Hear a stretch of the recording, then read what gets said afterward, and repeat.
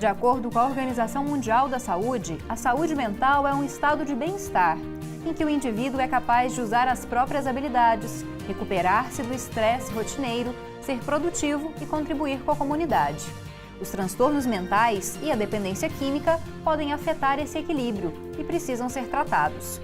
No Brasil, a atenção em saúde mental é oferecida no Sistema Único de Saúde, por meio de programas e ações municipais. Bom, e para falar mais sobre a atenção à saúde mental, principalmente na cidade de Goiânia, nós vamos conversar agora com o psiquiatra Rodolfo Campos e daqui a pouquinho também a gente vai conversar com a defensora pública Michele Bita, que está chegando aqui aos estúdios da TV UFG para falar com a gente ao vivo sobre esse tema. Ela que é integrante do Núcleo de Saúde da Defensoria. Bom, para começar então, vamos para as questões mais gerais.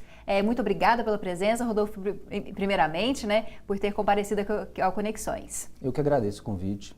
Bom, então, para começar com as questões mais gerais, queria que você falasse para a gente em relação a essa definição de saúde mental e o que seriam os transtornos mentais. Quais são os principais transtornos que atingem a população no Brasil? Certo. Essa definição de transtornos mentais é um termo amplo que engloba uma série de coisas. E os principais, ou seja, os mais prevalentes, os que mais acontecem na população, são os transtornos de humor e os transtornos de ansiedade. Nos transtornos de humor são incluídos a depressão e o transtorno bipolar, essencialmente. E dentre os transtornos de ansiedade, os mais comuns são o transtorno de pânico e o TOC. Outras condições, às vezes até relacionadas à personalidade, também são incluídas nessa denominação de transtornos mentais. E, inclusive, a dependência, o uso de substâncias também é incluído nessa denominação. Em relação aos tratamentos, é diferente? Hoje a gente sabe que os serviços, os CAPs, o Centro de Atenção Psicossocial, eles atendem tanto a pessoas com transtornos mentais, psicológicos, quanto pessoas que estão em dependência química. Mas os tratamentos, eles são diferentes para esses públicos diferentes? Os tratamentos, eles têm que ser individualizados. Na verdade, os transtornos mentais incluem os transtornos por uso de substâncias, também chamados de dependência química. Então, dependência química é um transtorno mental. Logicamente, cada um dos diferentes tipos de transtornos mentais vai ter necessidade de um tratamento individualizado, muitas vezes com o uso de medicações, mas de forma geral a gente entende que um tratamento multidisciplinar, envolvendo acompanhamento médico, psicológico, do serviço social, educadores físicos, enfim, um acompanhamento mais integrado de diversas áreas da saúde vai fornecer um atendimento mais adequado. Então não é só o psiquiatra ou o psicólogo, é preciso de um atendimento multidisciplinar para que essa pessoa se sinta reintegrada à sua vida cotidiana? Sim, é o ideal. Alguns casos necessitam mais dessa integração que outros, mas, de forma geral, quanto mais amplo o tratamento, quanto mais ampla a abordagem, a resposta tende a ser melhor. Bom, doutor, recentemente uma pesquisa apontou que o Brasil é o país com o maior número de pessoas deprimidas dentre a América Latina e um também que apresenta maior número de pessoas com depressão no mundo todo. O senhor teria como apontar uma causa para isso? Por que nós estamos tão deprimidos? Esse é um dado que a gente tem que olhar com cautela, porque, historicamente, estudos de várias décadas, não só atuais, mostram que a prevalência da depressão tende a ser homogênea ao redor do mundo, em vários países diferentes, inclusive com culturas diferentes, tendem a apresentar taxas relativamente semelhantes. Logicamente, algumas variações podem acontecer, mas nada que seja tão significativo. Então, esse dado que mostra que o Brasil talvez tenha uma prevalência maior, isso pode ter muito a ver com o método que foi usado para identificar isso. Então, talvez por esse método desse estudo, houve uma identificação maior de casos, mas eu acho que deve ser visto dessa forma, que talvez se identificou mais casos e não que o Brasil realmente tenha algum motivo em especial, em particular, para ter mais pessoas com depressão que o restante do mundo. Bom, e será que nesse momento, 2017, muitas discussões a respeito de saúde mental, ainda existe um certo preconceito, que as pessoas tinham um certo medo de buscar psiquiatra ou psicólogo, porque diziam, eu não estou louco, eu não preciso desse tipo de tratamento. Hoje as pessoas entendem melhor os transtornos mentais enquanto doenças que precisam ser tratadas? Até certo ponto, um certo preconceito ou estigma ainda deve existir. Certamente isso é muito menor do que foi décadas atrás. E certamente isso tem a ver com o conhecimento, com as informações, com a divulgação de informações sobre o que são os transtornos mentais, mas até certo ponto isso ainda existe sim. Isso pode vir tanto por parte da própria pessoa que está vivendo aquilo, que tem aquele transtorno mental e por diversos motivos acaba tendo uma negação sobre isso e evitando de buscar atendimento, quanto por terceiros, seja um familiar ou no ambiente de trabalho. Então eu acho que uma forma importante de tentar sobrepor-se a isso seria informação, divulgação, esclarecimento, para que essas pessoas possam ter acesso à saúde. Bom, para finalizar esse bloco, queria saber, de forma muito geral, claro, porque os transtornos são diferentes, como o senhor mesmo destacou, em que momento que a pessoa deve buscar ajuda? Como identificar uma tristeza e uma depressão ou uma ansiedade da vida cotidiana de realmente um transtorno que precise de tratamento? Nessa situação, o ideal é a avaliação de um profissional qualificado e treinado para fazer a identificação o mais precisa possível. Mas as pessoas podem ter algumas informações que ajudem elas a procurarem esse serviço. Quando o quadro clínico é muito intenso, em geral, a pessoa já procura logo esse atendimento, porque o comprometimento que ela tem é muito marcante. A tendência é que os quadros mais leves, não tão graves, a pessoa tenha mais dificuldade em buscar tratamento. Então, de uma forma geral, apesar de serem quadros clínicos diferentes, com diferentes sintomas, a gente orienta que quando isso está tendo um impacto no funcionamento da pessoa, ou seja, na sua vida pessoal, no seu trabalho, nos seus relacionamentos, nas suas atividades de lazer, isso deve estar caminhando para um problema de saúde.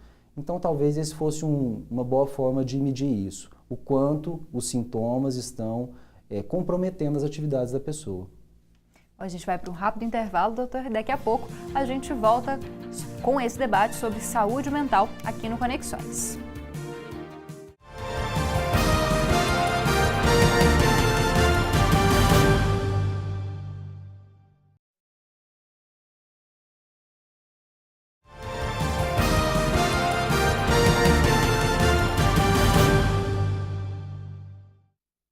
Nós voltamos com Conexões de hoje, que está debatendo a atenção à saúde mental. Nós estamos conversando com o psiquiatra Rodolfo Campos, que está falando sobre a saúde mental no Brasil e também aqui em Goiânia. E para continuar a nossa conversa, queria que o senhor avaliasse, primeiro explicasse como funciona o atendimento à saúde mental no Sistema Único de Saúde. Eu procuro um CAIS, eu procuro um órgão específico. Como é que funciona esse sistema para as pessoas que não têm plano de saúde ou não têm como arcar com uma consulta privada? Da maneira como está organizado o Sistema Único de Saúde, a ideia é de que as pessoas procurem inicialmente um serviço de saúde menos complexo e, na medida que, mediante a avaliação dos profissionais, seja necessário atendimentos mais complexos, ela seja encaminhada para esses serviços específicos.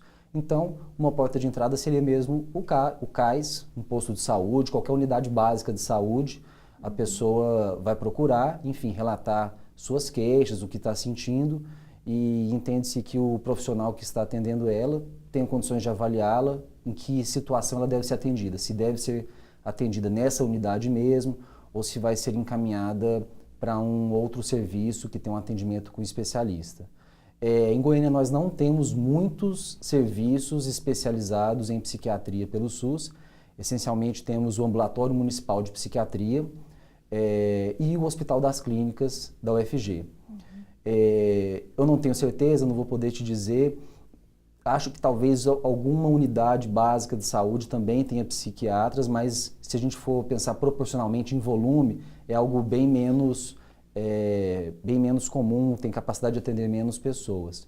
Então, uma pessoa que suspeita que possa estar apresentando sintomas, que seja algo relacionado a algum transtorno mental, deveria procurar o serviço de saúde mais próximo de sua casa, para então ser encaminhada para uma avaliação com especialista. Em Goiânia existem os CAPs, né, os Centros de Atenção Psicossocial, que atendem casos de transtorno e também de dependência química. Como é que a senhora avalia esse trabalho, o trabalho feito pela Prefeitura, né, em âmbito municipal? Como é que você percebe esse tratamento? Ele é oferecido de forma qualitativa? O CAPS é um modelo de assistência muito importante, porque ele vai, de certa forma, suprir aquela lacuna entre o atendimento ambulatorial e as internações que muitas vezes são necessárias. Mas o modelo de funcionamento do CAPS tem condições de que indivíduos com transtornos mentais mais graves possam ter um tratamento adequado, evitar internações desnecessárias e uma maior readaptação à sua atividade habitual. Assim como em todas as áreas da saúde, a gente vê que esse sistema poderia estar funcionando melhor, seja em quantidade, ter uma quantidade maior de unidades como o CAPS, tanto às vezes até nessa própria unidade, as que já existem, ter mais recursos, a medicação necessária que muitas vezes está em falta, às vezes o número de profissionais adequados que às vezes não é o suficiente. Então, o modelo teórico da maneira como deveria ser feito o CAPS é muito interessante, é muito útil, tem muito a contribuir nesse tratamento, mas por questões práticas, assim como na saúde como um todo, muitas vezes ele não funciona exatamente como deveria. Em relação ao Centro Estadual, né, o CREDEC, que foi tão falado, que é voltado para pessoas com dependência, o senhor já tem alguma visão, apesar de ser muito recente, gerou até uma certa polêmica pelo dinheiro investido, pela quantidade de pessoas que ele atenderia? É para um público que está com um transtorno mais grave, no caso? O CREDEC é uma estrutura muito bem montada e um modelo bem próximo a esse do CAPS, no sentido de oferecer um serviço integral de saúde com várias áreas, não esse modelo essencialmente centrado no médico e na medicação. Então, da mesma forma como a gente conversou sobre o CAPS, teoricamente é um modelo interessante que tem muito a contribuir. É muito recente ainda e a gente tem que ver como ele vai conseguir ser implementado na prática, né? Até onde eu sei, eu cheguei a visitar o CREDEC, conversar com o diretor técnico, ainda estava numa fase de implementação. E estando em plenas condições, eu acho que ele vai ajudar em muito essas populações que serão atendidas lá, que é a população dependente de substâncias ou dependente químico. Em geral, isso não só na área de saúde mental, mas investimentos em saúde que tem um objetivo mais preventivo ou que reinsira o indivíduo na sociedade, financeiramente também ele costuma ser muito mais viável. Além do ponto de vista ético, né, de fornecer um tratamento adequado para aquelas pessoas, se pensasse até pelo ponto de vista financeiro, a longo prazo, o sistema de saúde estaria evitando uma série de gastos futuros pelo melhor tratamento dessas pessoas, né? Então, acho que em todos os pontos de vista isso se justifica. O que a gente precisa saber é se isso vai conseguir se implementar da maneira que deve ser, que acaba sendo esse o desafio. Desafio sempre um investimento, né, na saúde. Bom, a gente vai para mais um intervalo, daqui a pouco a gente finaliza essa conversa inicialmente sobre transtornos mentais, sobre saúde mental e atenção à saúde mental no estado de Goiás e também em Goiânia. Bom, e você pode participar do Conexões, é só você mandar a sua sugestão de pauta, a sua crítica ou a sua pergunta pelo e-mail jornalismo@tvufg.org.br ou então você também pode fazer a sua sugestão pelo WhatsApp, 991811406. Daqui a pouquinho a gente volta então.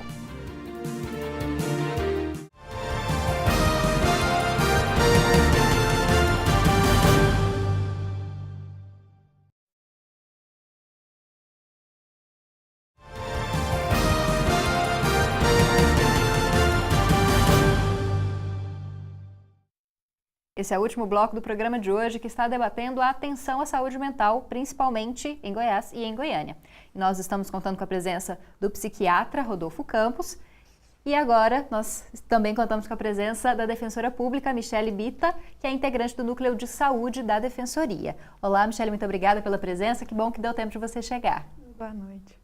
Bom, queria falar com você mais especificamente nesse bloco a respeito de um problema que está acontecendo aqui em Goiânia, da atenção à saúde mental. A gente conversou um pouco sobre questões mais gerais, mas queria falar sobre esse problema do final do convênio da Prefeitura, do encerramento do convênio com a Prefeitura, com uma entidade que fazia o apoio, que gerenciava alguns CAPs em Goiânia e que gerou uma movimentação, uma discussão a respeito dessa finalização do convênio e também uma ação civil pública da Defensoria. Queria que você explicasse para os nossos telespectadores essa questão e qual que é a importância desse convênio entre a Prefeitura. Saúde, ela é um direito constitucionalmente assegurado e isso engloba também a saúde mental. Os CAPs, as casas de acolhida, as residências terapêuticas, o WAT, eles eram todos objetos desse convênio, inclusive o Centro de Convivência Cuca Fresca, que foi fechado em outubro do ano passado. A questão do convênio em si, ela não é o mais preocupante, e sim a prestação do serviço que tem que continuar.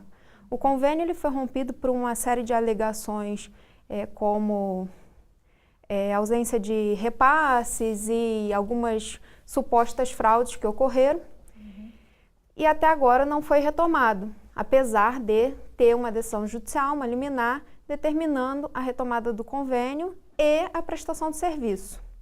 Mas eu repito, a situação da retomada ou não do convênio, ela é o de menos agora, porque a Constituição ela permite que o município preste esse serviço de forma direta. Então, se o município prestar o serviço de forma direta, ele pode vir a discutir a questão do convênio, a questão do repasse, em outros tipos de ação, prestando esse serviço para o usuário.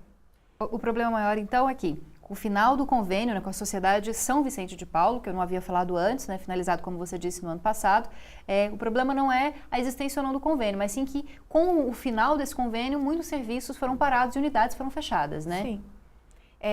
A gente tem atualmente o Cuca Fresca, totalmente fechado, o WAT, que foi objeto agora de furto, de retirada dos móveis, que as pessoas estão sem a prestação de serviços, familiares têm procurado a Defensoria, têm reclamado, mas infelizmente, apesar da decisão judicial, ainda não houve a retomada de serviço por parte da Secretaria Municipal de Saúde. Existe um prazo para que a Prefeitura retome esse serviço? A decisão, ela determinou que não fosse sequer fechado, né? Infelizmente, hoje no Brasil, a gente vive uma crise de ineficácia das tutelas, judiciais. E aqui no município de Goiânia, infelizmente, nós não fugimos dessa realidade, estamos enfrentando essa mesma situação. Existe uma decisão judicial desrespeitada pelo município, existem várias alegações de que esse serviço está sendo prestado, só que os usuários nos informam que o serviço não está sendo prestado em nenhuma outra unidade de saúde, até porque o Centro de Convivência ela é a única unidade de referência no estado que presta esse tipo de serviço, que não é só o tratamento em saúde mental, mas também o apoio com educação, com artes, com outras atividades de lazer. Renda também, né? Sim. E a gente não tem nenhuma outra unidade que abarque esse tipo de trabalho, esse tipo de atividade para esses usuários. Então, o que acontece hoje? Infelizmente, os usuários estão encarcerados dentro das suas próprias residências, o que, dentro de um programa de saúde mental, é inadmissível.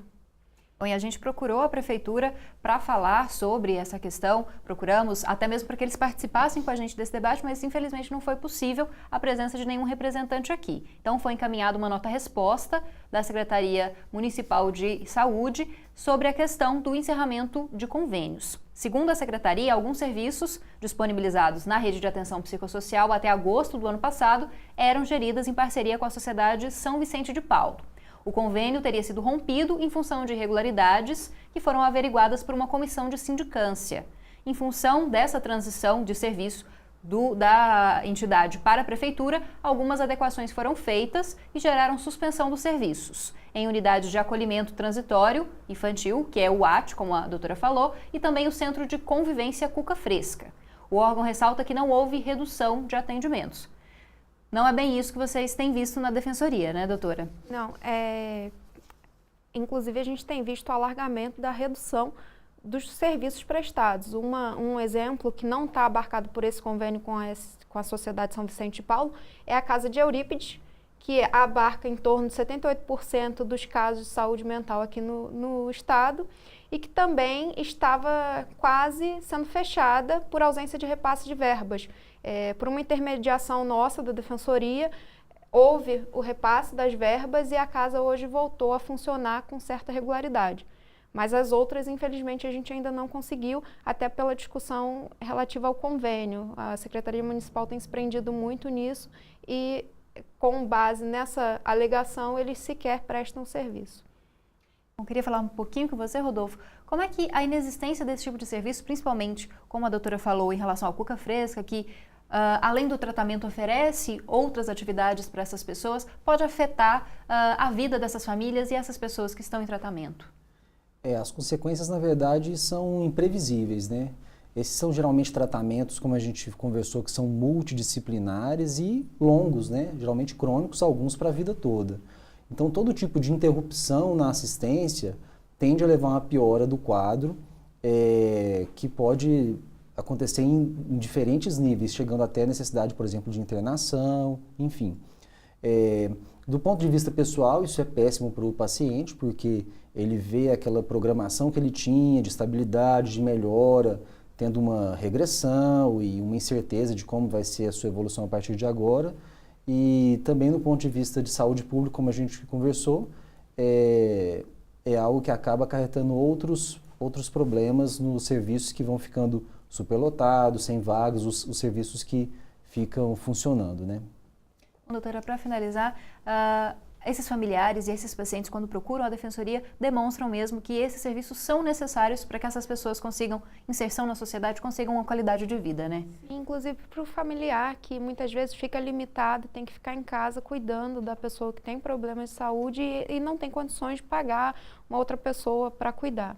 Então, isso acaba afetando não só o próprio usuário, mas toda a rede em torno dele, principalmente os familiares mais próximos. Infelizmente, o nosso tempo está chegando ao fim. Queria agradecer a sua presença. Rodolfo, muito obrigada. Eu que agradeço o convite. Obrigada também, Michele, pela sua presença. Agradeço o convite. Bom, Conexões de hoje termina aqui, mas você pode continuar acompanhando a gente pelo site da TV UFG. Até o próximo programa.